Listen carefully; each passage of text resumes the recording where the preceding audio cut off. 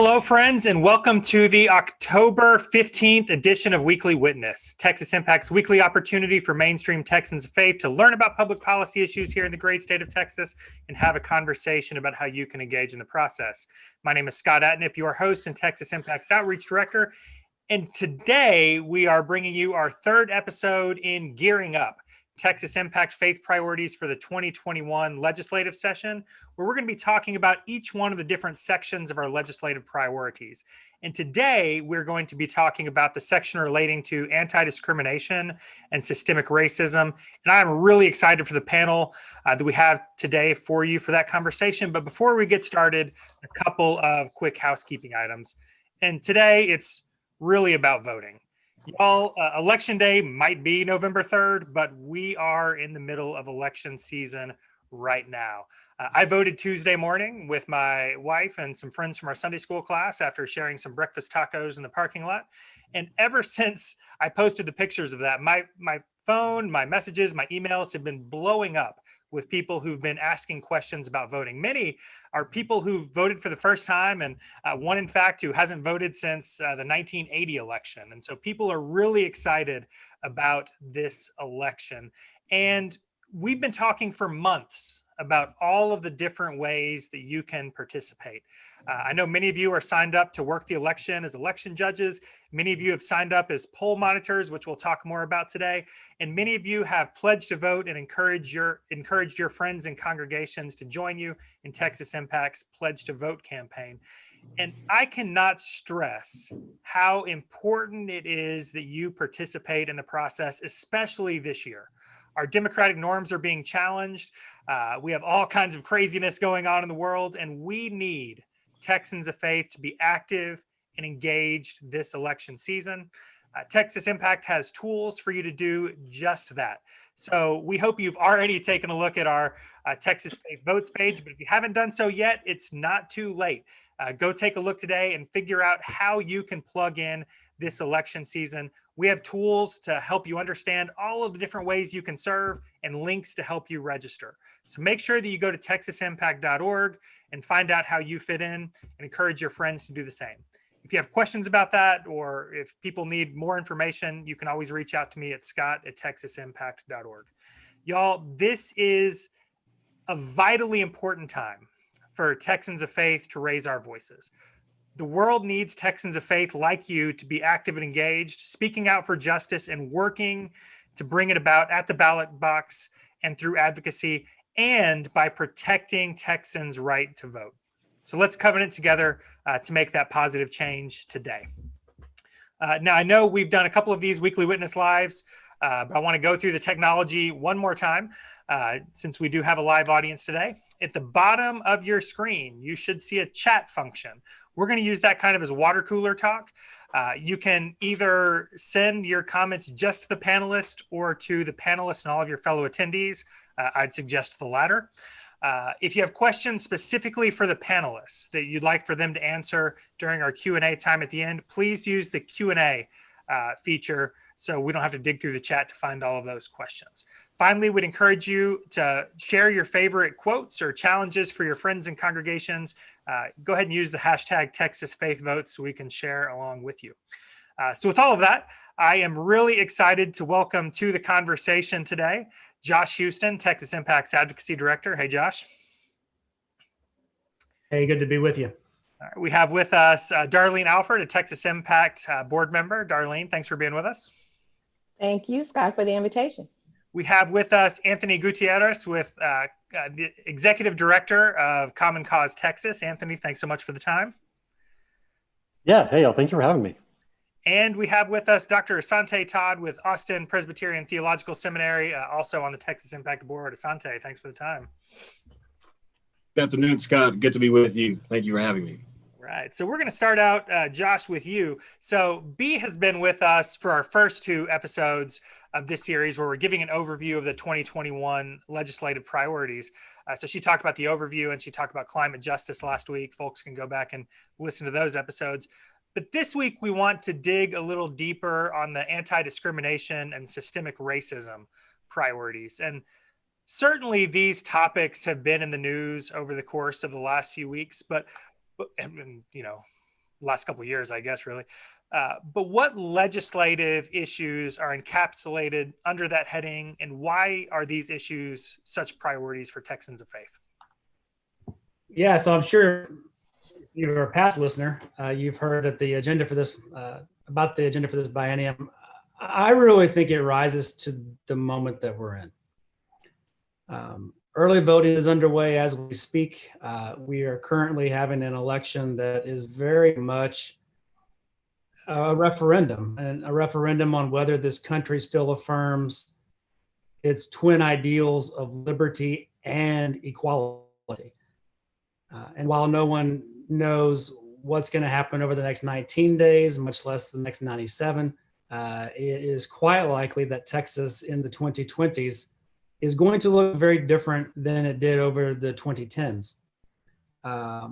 Nevertheless, as we look at the legislative issues that are going to arise, they come up under this heading of anti-discrimination and systemic racism. I think it's helpful to kind of go back and look at how we got to now, because these issues have been built into our mission statement since 1973, but were often baked into other issues that we would cover, like school finance or Medicaid expansion, because they were systemic. But around 2011, and it's come really in 2013, we started to see the seeds of what we are now so kind of painfully aware of at a national level. We began to see it at a state level. And it started with these so-called Sharia law bills, which didn't really address any real policy problem. They were meant to be symbolic votes regarding how somebody felt about Muslims. Then around 2015-ish, we saw Christian nationalists just completely redefine traditional notions of what this country means when it says religious liberty, to where it is no longer something that we all equally share, but rather a thing that can be imposed on you by somebody else, which is never the way we've understood it. And then kind of finally, it really came to a head at the state level, at least in 2017, when we saw the so-called bathroom bill, where folks were just straight up trying to bully kids who were different. Let's be real. So all that work has led us to just calling out what are now overt forms of discrimination, and needing to call that out. Just having it baked into other policy areas was just not good enough for this moment.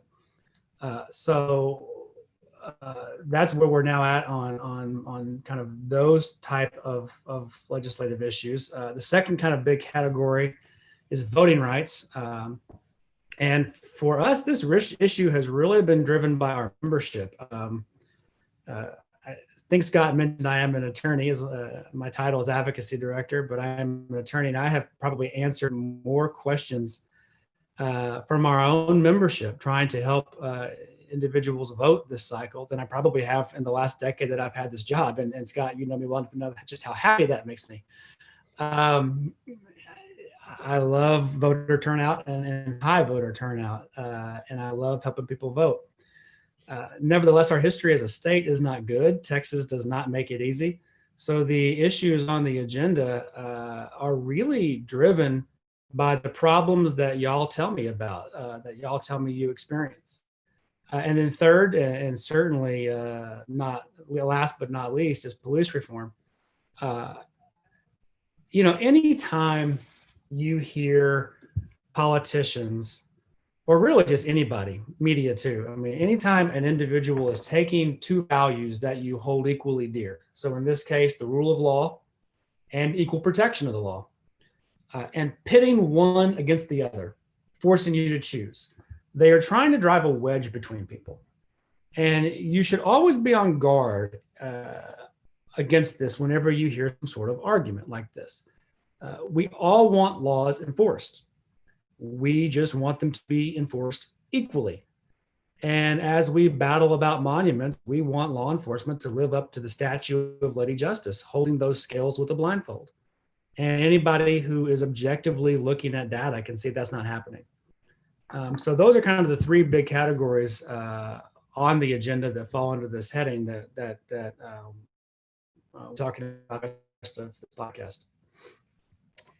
Thanks, Josh. Darlene, we're going to turn to you next. So you've been on the Texas Impact Board for years and have been through a couple of different rounds of this priority setting that the Texas Impact Board does every other year. And you've also served in national and are currently serving in national leadership with the United Methodist Women, who come up with our own set of priorities. So can you talk both about anti-discrimination, both of those groups talk about anti-discrimination and systemic racism in a little bit different ways.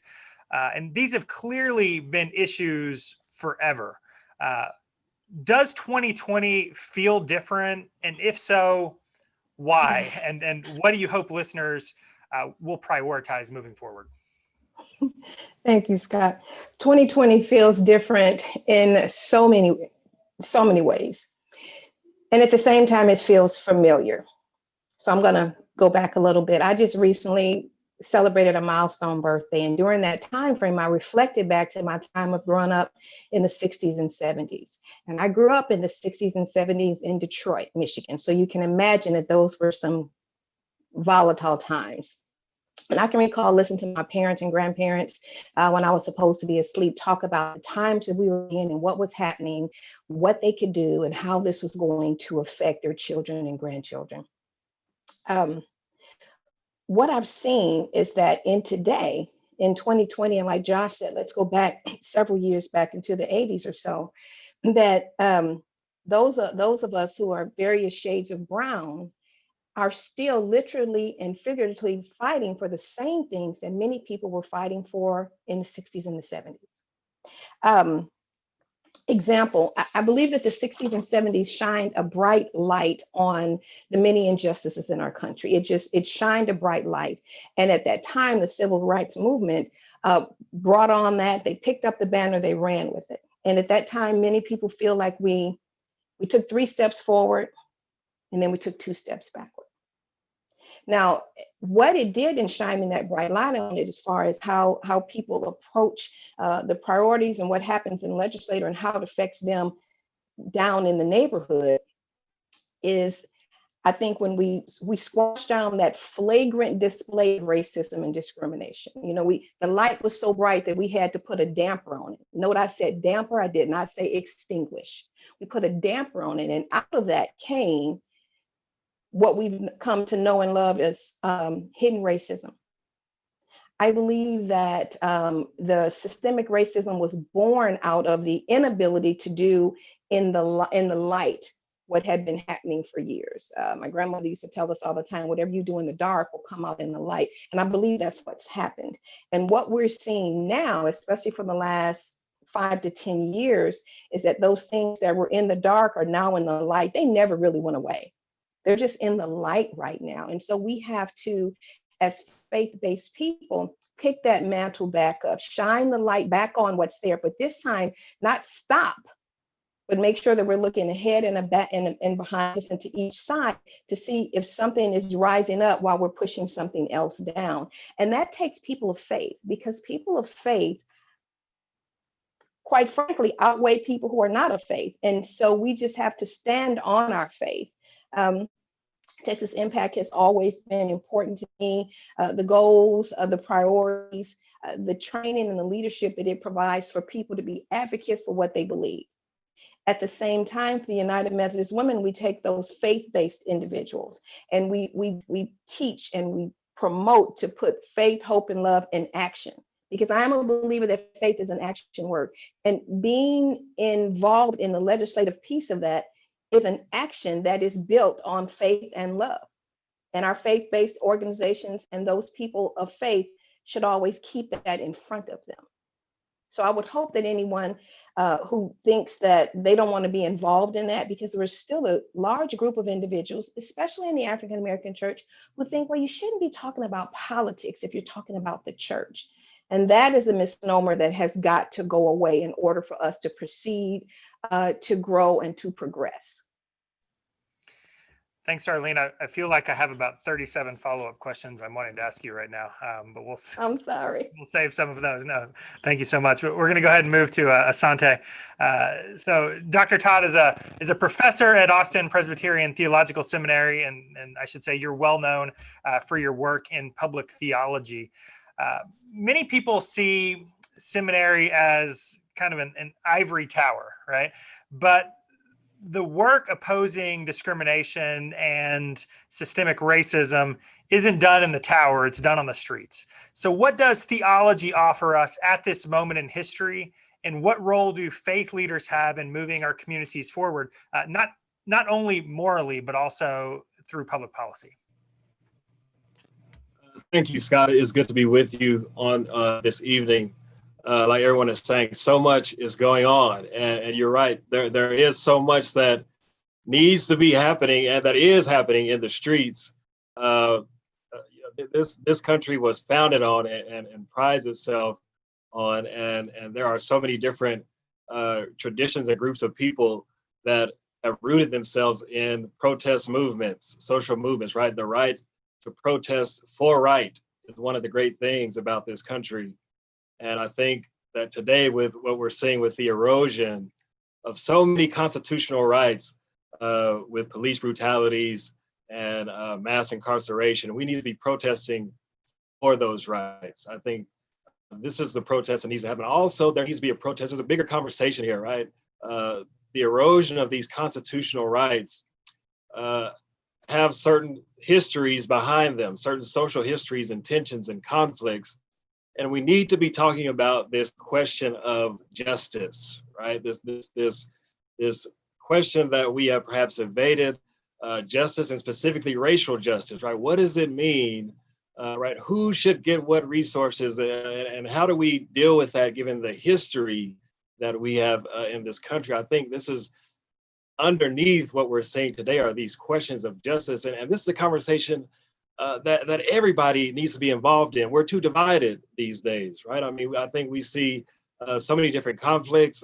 Even today, if you've been paying attention in the news, Ice Cube came out, right? One of the famous rappers came out in support of President Trump. And so this has created even a major conflict in African-American discourse today. And so many people are divided, but we need to come together and talk about justice, right?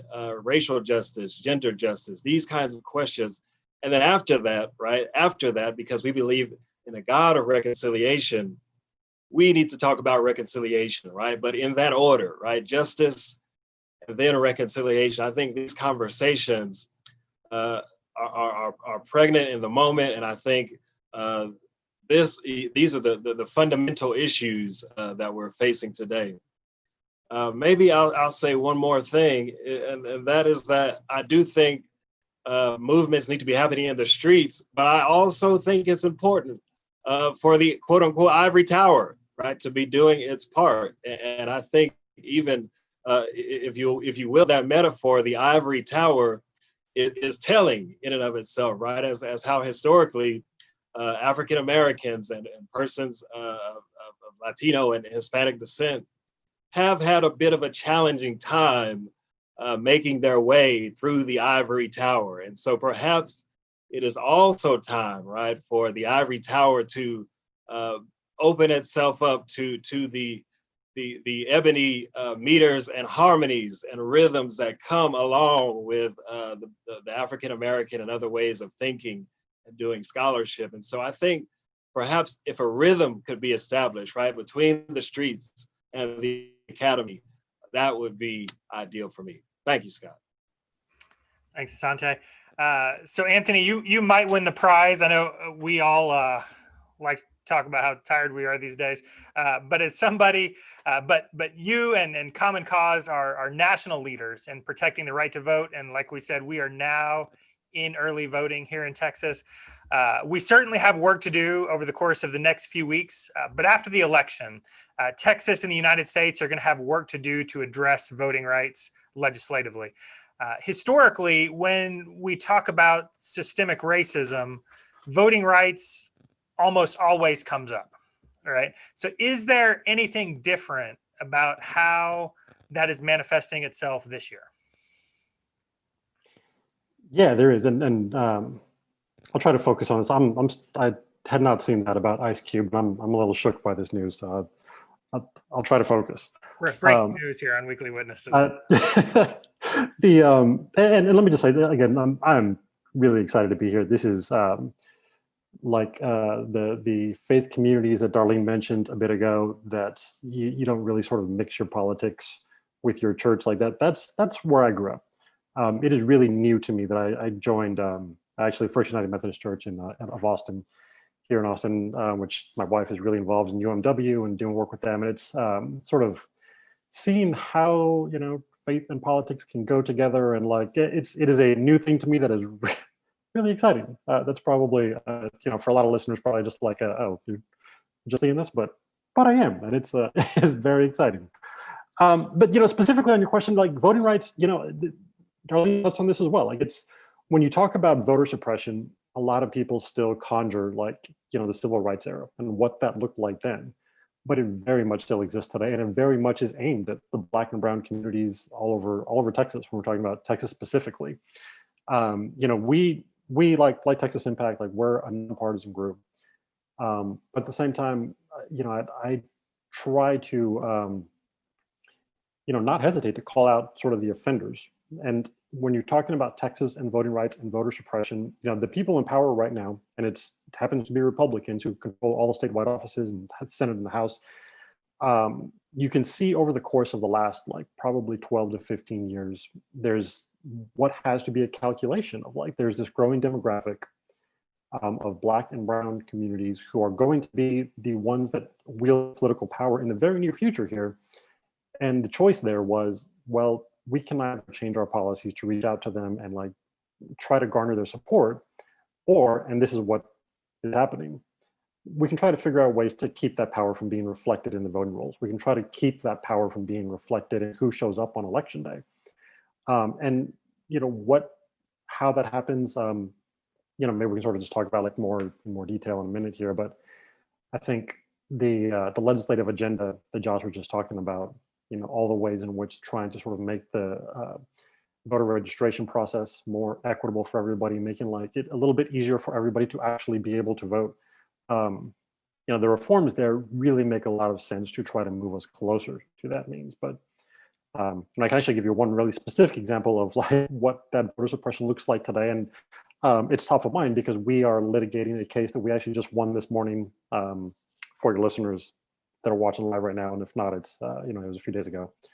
But the governor issued an order on October 1st saying that every county was limited to one place where people could go drop off their mail ballot, which, I would talk to reporters who weren't from Texas and they were just kind of like, that doesn't sound like that big of a deal. But when you contextualize in like, Harris County has a population the size of New Mexico and like a geography bigger than Rhode Island, like it's a huge deal. If you're from a community, or if you're from a place where like you are far from like wherever that Dropbox site is in like Harris County, and we've all been to Houston, like it takes an hour to get anywhere to Houston, right? Like if you're someone who has to rely on public transportation, or like someone who doesn't have a car, if you're in a situation where you're just like, I don't have time to make that like back and forth trip, like you really are having to decide between your health or participating. Do you risk putting your ballot in the mail and just like hope the postal service is working today? Do you risk going to an early voting site in person where you're almost assured there's going to be lines because of a long list of things that Texas does badly that assures that we have long lines all over the polls? Like it's a lot. There's a lot to unpack there, but that's that is what we are working on right now, and hopefully working with Josh and the team at Texas Impact on some stuff next legislative session. I really appreciate your work. You did give a shout out to First United Methodist Church, and I'll also have breaking news that we'll announce tomorrow, and about 15 people will care about this because they email me once a week asking. But First United Methodist Church has now taken the lead in the list of congregations with the most pledges to vote. I know several people there have been interested in that number, and they passed First Congregational Church of Houston, who's also doing an incredible job. So shout out to First United Methodist Church of Austin. Next round of questions. I'm going to open this up to all of you. So as we've mentioned several times, we are in the middle of an election. The Texas legislature is convening about 2 months after Election Day. What should Texans of faith be doing in the next 3 months to address discrimination and systemic racism? There are obviously a lot of things people could be doing, but what do you hope that they would be focused on over the course of the next few weeks and the next few months? You want to start us off, Josh? Oh, you got 19 days. In Texas, we elect judges. It's a little slower at the federal level, but they get appointed and confirmed. Many of those constitutional rights are ultimately going to end up with the Supreme Court. It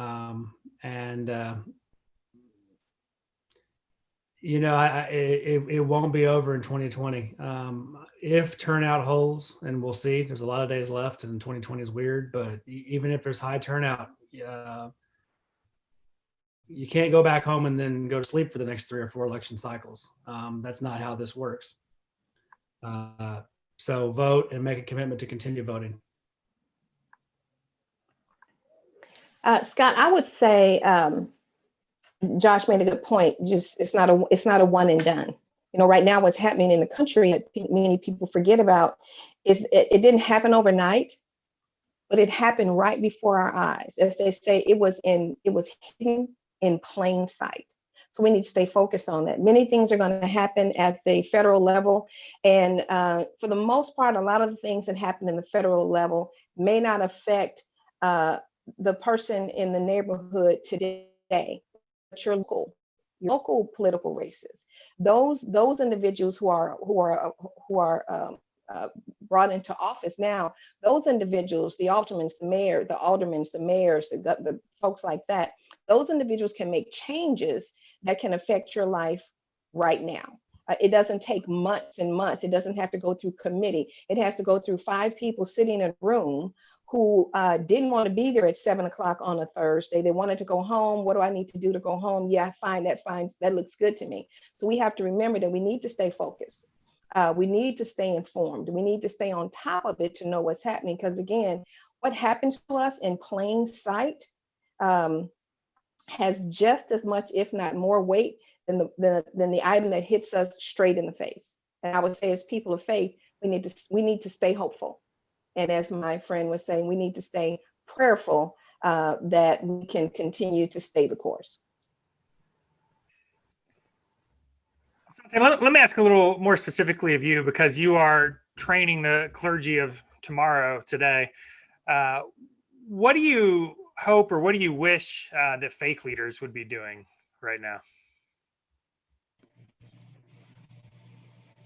I think faith leaders really need to, in the ways that they best know how, every faith leader knows their congregation and their communities, and so they know how to communicate this message. But I think faith leaders need to be communicating the message that the church needs to be thinking, again, seriously about this question of justice, right? What does justice mean in light of the fact that all of us are created in the image of God, right? And that all of us, there's a song I used to sing growing up, Jesus loves the little children, right? Yet red and yellow, black and white, they are precious in his sight. And I think that song says it all. I think we need to be talking about those conversations. I think everyone has said it. Along with that, faith leaders need to be encouraging their communities to vote, get out and vote. And then I think faith leaders really need to begin to think about how they're going to be addressing these questions dealing with policing in their communities. And different faith leaders have different roles and maybe different areas of power in their communities and influence, this kind of thing. But the issue of policing, I think, is an area that we need to take a look at, because here I think we see clear violations of constitutional rights in ways that I don't think can be justified at all. And I think faith leaders need to take policing seriously, but not just policing in that form, but I think policing across a wide range of social structures, right? How we're policed, how for example, Black and brown students are policed for their hairstyles, right? Or perhaps for some of the music they might listen to. So we need to really begin to talk about things like this. And I think faith leaders have something really important to say, given that they know and have experienced that where the Spirit of the Lord is, there is liberty, right? So I think faith leaders have some really valuable tools to offer during this time, and perhaps the only tools of their sort. So I really want them to appreciate the uniqueness of this in this as well. Thanks. Anthony, I'll go ahead and direct this one to you. I'll give you full leeway to shamelessly plug the opportunities you have to participate. But what do you hope folks will be doing over the course of the next few weeks? Yeah, I appreciate the permission there. I was going to have to excuse myself for the shameless plug, but thank you for doing that for me. So yeah, we do have a volunteer opportunity. We are working really closely actually with Texas Impact on this program. And you know, it is a volunteer opportunity sort of that we're opening up to everybody around the country and in Texas specifically, who just cares about democracy, who cares about voting rights. But I do think faith leaders, just by virtue of having, you know, more sort of a bond and trust within the community, could be particularly good at this. But so the program is our election protection work. We've been doing this for a couple of decades now, at least the past decade in Texas. And what it is just, you know, we talked about these systemic obstacles that keep a lot of Texans from the polls. Just things like it can be sort of like voter intimidation, like blatant voter suppression, but sometimes it's just confusion. Sometimes it's just like, where do I vote? What kind of ID do I need? Like, you know, just very simple things that are very easily solved. So what our election protection does is just recruits and trains volunteers to go to poll sites, or there's virtual or like roving options where people stay in their car. And it's just all about helping people vote. It's just all about going out there and just like, you know, if you see someone coming out of a poll site looking like flustered, just like, hey, what's going on? Run into a problem? They're like, and we have an 866 Our Vote hotline where there's attorneys standing by who can answer literally any question anybody could possibly have about voting. And in the cases where there's, you know, a poll site that doesn't open, or a election worker who's not adhering to the law, and those things happen. There are lawyers standing by who are ready to sue people, or, you know, make scary lawyer calls to counties if needed. But it has been amazing. I will tell you this election cycle. We talked about this program, and, you know, like I said, we've been doing it for years. We were trying to plan like how it was going to work this time and how you sort of adapt it to a pandemic. And, you know, as we were figuring it out, we're just thinking like, can we do this? Like, are people going to volunteer for this? Like, are we just throwing a party that like no one's going to come to? Like, and it has been insane, the number of people who have been signing up all over the state. More people signed up at this point in the election cycle than we had for all of the last general election. Wow. But it's Texas, right? It's not like you will never have enough volunteers to cover. Like there are 8,000 voting precincts in the state of Texas. So we constantly need people. If anybody's interested in, wants more information, or you're ready to sign up, protectthevote.net is the sign up place. And it's, you know, if you're listening in Texas, go there, fill in Texas, and you'll come to me and Josh. If you're in another state, fill it out, and they'll siphon you over to our counterparts in other states. So we also have that linked on the Texas Impact Texas Faith Votes page. So if you forget and need to check there, it's also linked there. One of those volunteers here in the great state of Texas is Darlene. Darlene, you have signed up to do some of that work on social media. Why did you think that was important? I mean, you're a very busy human being. I know we talk all the time, and your calendar is full. Why did you think that was an important step for you to take? For me, it was, like you said, my schedule is kind of busy. And so I generally try to do things early in the morning when I'm still in control of my day. Or at the end of the day, I tell people, if I can do something when I'm at home and I'm sitting and I don't have to go anywhere, I mean, I've got the time, my brain is kind of slowed down. And so I thought that was the perfect way. There's so many people who only get their information from social media. The concept of getting information from somewhere else right now may not appeal to them. And that's not necessarily age or gender. It just people are just accustomed to that. You know, they can just look at it and whatever pops up. If it's on the internet, it must be true. And that's a no. You know, unlike certain eras in my generation, my husband, for example, he watches every channel of news it is. I can tell which channel he's watching by the language that he's using. So I thought that doing that, I could sit, I can sift, I can see things, I can look again for those things that are hidden in plain sight.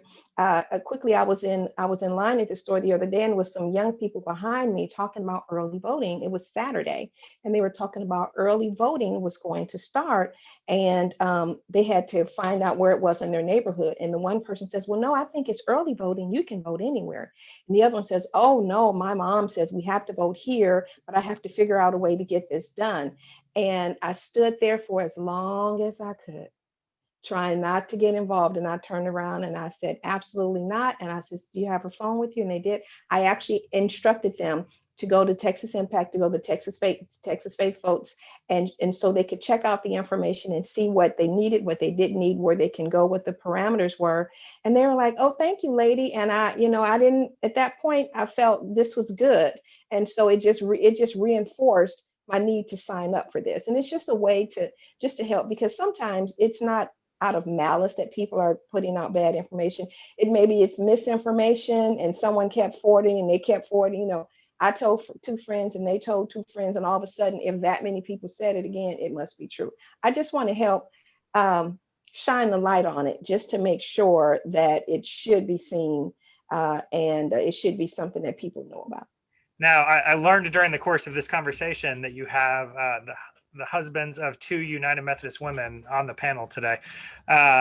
Don't you think this would be a perfect opportunity for United Methodist women to serve? They seem like kind of the perfect demographic to help, right? Well, they are. They are the perfect demographic, and we've talked about that.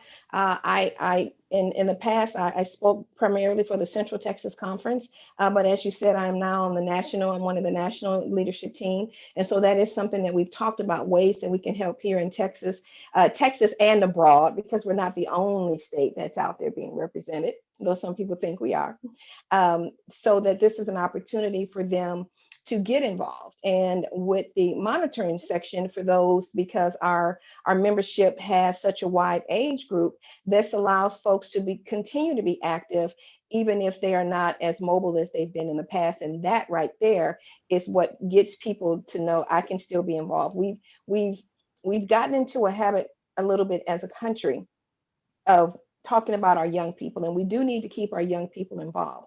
But those who are not necessarily quite so young, we need to not discount the experience that they have, the thought process that they have, the foundation that they have. We can marry these two things together, which is the goal of the United Methodist Women. We can marry these two things together, and we can talk about anti-discrimination. We can talk about systemic racism. The first line of the purpose of the United Methodist Women says that we are a community of women whose purpose is to know God and experience freedom as a whole person. And right now, what's happening in the world stops some of us from experiencing life as we should as a whole person. Josh, I want to circle back to you based on something that Anthony talked about, which I've also heard you talk quite a bit about. And that's the idea that it's especially important for faith leaders to be engaged this time, to observe what's happening at the polls. Why do you think that's especially important this year? Yeah, because no matter what happens over the next 19 to 97 days, if you are a faith leader, a faith clergy person especially, you are going to have to minister to the situation. And regardless of how it comes out, there's going to be somebody who feels that it was rigged or was unfair. And the only way you as a faith leader will have any credibility to minister to that situation is if you have been involved. And the best way to be involved is to be an election judge, because then you do know exactly how it worked. You cannot possibly be responsible for 49 other states. You can't even be responsible for the 10,000 other polling locations in Texas. But you can say, I was an election judge in this precinct, in this county. Here's how it works. Here's what I saw. And that's going to give you credibility. Now, there's obviously always going to be one or two people who you can never persuade. That's not your audience. It's all the people that those It's all the people who don't know, who are easily led astray by those one or two folks that are unpersuadable. But that is the way you have credibility with your congregation. And there are a number of your colleagues, if you're thinking, I don't know if I should get involved in this or not, there are a good number of your colleagues who are quite concerned and already meeting on a regular basis to plan for the interregnum, the days between election day and inauguration day, to try to get this country through what is quite possibly going to be a tumultuous time. All right, so thanks. So I want to shift us off of election 2020 for a second. That was all important and timely because of where we are in the calendar right now. But we're hoping that this podcast will be evergreen and that we can use to remind people of our legislative agenda as we move into the 2021 Texas legislative session. And so the last question today that I'll ask of each of you is, what do you hope people will focus on moving into and through the 2021 Texas legislative session to address discrimination and systemic racism? I always find the answer to this question interesting. We did a podcast series during the summer where we had faith leaders from different racial backgrounds talk about systemic racism, and this is one of the questions I ask, and the answers were all over the map, right? Because systemic racism really impacts every public policy issue. But I wonder if you could just give me your thoughts on where you would start moving into the 2021 Texas legislative session on discrimination and systemic racism. And Darlene, I'll start with you.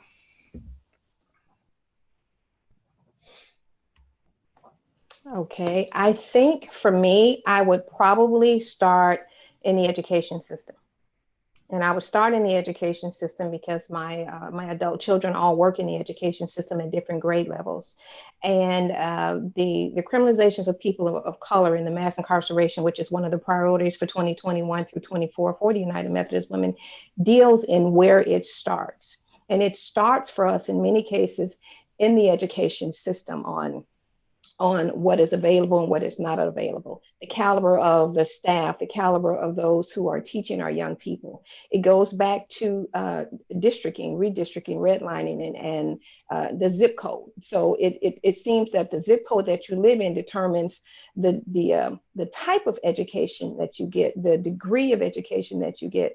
And so I would start with the education piece and how that works, because that's going to always be with us. Because again, the children of today, the young people of the day today, 20, 30 years from now, they're going to be our leaders. And so we want to make sure that they have the opportunity, that they have the means, that they have all of those resources that are available to them, regardless of what zip code they live in.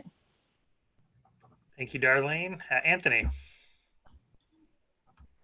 So this is one we've been wrestling with a lot internally for a lot of reasons. Number one, just the political composition of the Texas legislature. You got to be sort of aware of, not just what do we want them to focus on, but what is politically possible in the state. There's also literally nobody, not even the legislators themselves, have any idea how the next session is going to function. Are they going to hear bills as normally, or are they just going to sort of go and do the things they're legally required to do and nothing else? So it's a lot, but I'll tell you the things that are top of mind for us. One of the things they are legally required to do in this next legislative session is redistricting. And this is where over the past 40 years, and do the math on that one, this predates when Republicans took control of the state. Over the last 40 years, Texas has drawn maps, then had to go through some amount of litigation because of voting rights violations, usually having to do with racial discrimination. So when I try to think about what do I hope they focus on and do well this time, it's that. Can we put pressure on the legislators and leaders who are going to be involved in this process and try to, for once, have a process that's focused on representation, which is that's how it's supposed to work. Is you are equalizing the districts with an eye towards giving everybody fair representation, keeping communities of interest together so that if they have a shared interest in the thing, they can elect somebody who will represent them in that interest. Historically, how it's worked is it's not about representation, it's about power. It's just about whoever's in power, maintaining power, increasing power, and the people are the ones that lose. And it's, frankly, it's the Black and brown communities of the state who are in the most. So that is probably the number one thing that I would say, that I would point to is, let's focus on that and get that one right in the next session. Thank you. Asante. Scott, I hate to be limited to one, but you asked for one, so I'll give you one. I would go along with Darlene and say education. I mean, representation is also right up there on the list. But I think education is key. It's a microcosm of really American public society. So, what happens in public education really can be considered in many ways representative of what is happening across a wide range of social institutions. So I think until we get that piece right, and this is why I talked about this thing about, for example, policing, right? Policing the way African-American and or Latino students may conduct themselves. Now, everybody needs to follow certain rules and this kind of thing, but there are also cultural differences that students, I think, need to embrace and be able to exhibit so as to be able to build a sense of self-confidence and identity. And I think that question is important. So education, I would say. Thanks, and I appreciate how you worked in a couple issues with your one. That was well played. You knew I wouldn't cut you off, so thank you. All right, Josh, you want to close us out on this one? Yeah, voting rights. All other rights derive from the right to vote. The vote is the most powerful instrument ever devised for breaking down injustice. And if that wasn't true, then people with power wouldn't be trying so hard to keep you from doing it. So that's what I would hope people would really focus on. It's not people wearing white sheets at the bridge with guns anymore. Well, so far. It's death by 1,000 cuts, making it super hard and super complicated and confusing people mostly. But here's why I say that's so important, especially if you are a white person in the white church wondering how to best help out your brothers and sisters of different pigmentations. Most police reform is a local issue. There's not a whole lot the state legislature can do. There are things, and we're going to work on them, but most of it is an enforcement issue, just like Darlene said, at the local level. Policy decisions at the local level. And at the local level, your vote is much more potent because you are a much larger fraction of the electorate. Those districts are smaller and there's fewer voters, so your vote is worth more, frankly. And if you still do not believe that your vote works, I would point as evidence to the 1970s after they passed the Voting Rights Act. The civil rights movement didn't end. The leaders of that movement got themselves elected. They got themselves elected at the state, federal, and local levels. Often at the local levels where you really saw that happen, and you really saw that happen in the South. I mean, look at Andrew Young, mayor of Atlanta, was the first Black congressman elected since Reconstruction. And he did it by forming a coalition with the progressive whites in his district of Atlanta and the African-American majority, and just organized and registered the heck out of people and turned them out to vote. So forming new coalitions, that's why voting rights is so critical. And I would say it has to be a commitment that you do past just this election year. There is no judicial backstop anymore. I think a lot of people have assumed that the courts will clean up political messes, and that is not does not look to continue to be true as it has been for the last 70 or so years of American history. We're going to have to persuade majorities, and those majorities must be enfranchised and must have the real power that they exercise and can only be exercised at the ballot box for it to be legitimate. for voting rights. Thanks, Josh. And thanks to the panel, 4 incredible leaders, 4 incredible voices. And I really appreciate y'all sharing the time today, you sharing your expertise, challenging all of us to get to work over the course of the next few weeks. But more, I really appreciate the work each and every one of you are doing every day to make Texas a better place. So thanks for all you do. Appreciate y'all. And thank you all for tuning in. I'll remind you, Weekly Witness is not just a show that you enjoy for 45 minutes to an hour and then go back to the rest of your life. This is meant to equip you to get to work in the state of Texas. And so we hope that you'll use this information. We hope you'll share it with your networks to make sure that they are all active and engaged. We've got some work to do, y'all. Finally, in closing, remember that if you appreciate Weekly Witness and the Texas Impact community, and if you're now 53 minutes into this podcast and are still listening, it's clear that you do.